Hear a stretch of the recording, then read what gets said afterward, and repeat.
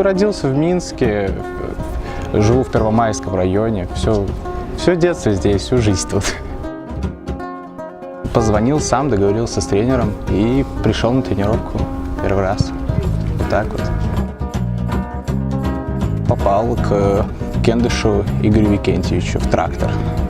Он меня тогда взял, возложил на меня какие-то надежды, я ему очень благодарен. Он меня тренировал, я многому у него научился, и уже потом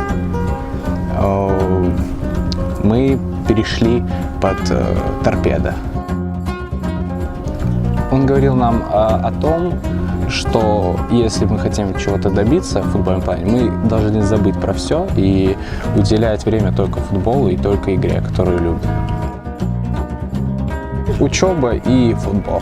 И все свободное время я пытаюсь уделять футболу. У нас было сначала голосование, у нас менялись капитаны, уходили игроки, которые раньше были капитанами.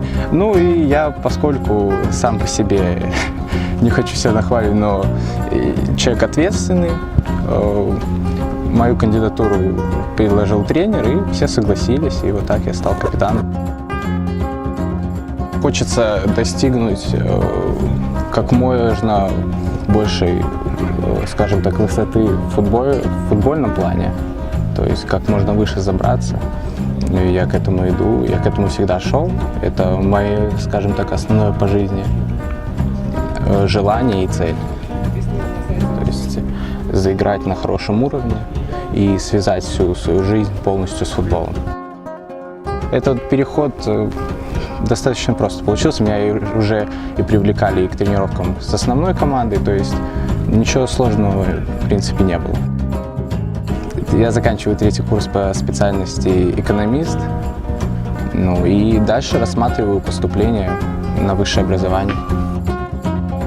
Все зависит от того, когда игра, то есть выходные, конечно, тоже даются, но мы тренируемся вот 5-6 дней в неделю, один раз в день. Конечно, это главная цель – пробиться в основной состав. Вот я очень рад, что привлекают к тренировкам.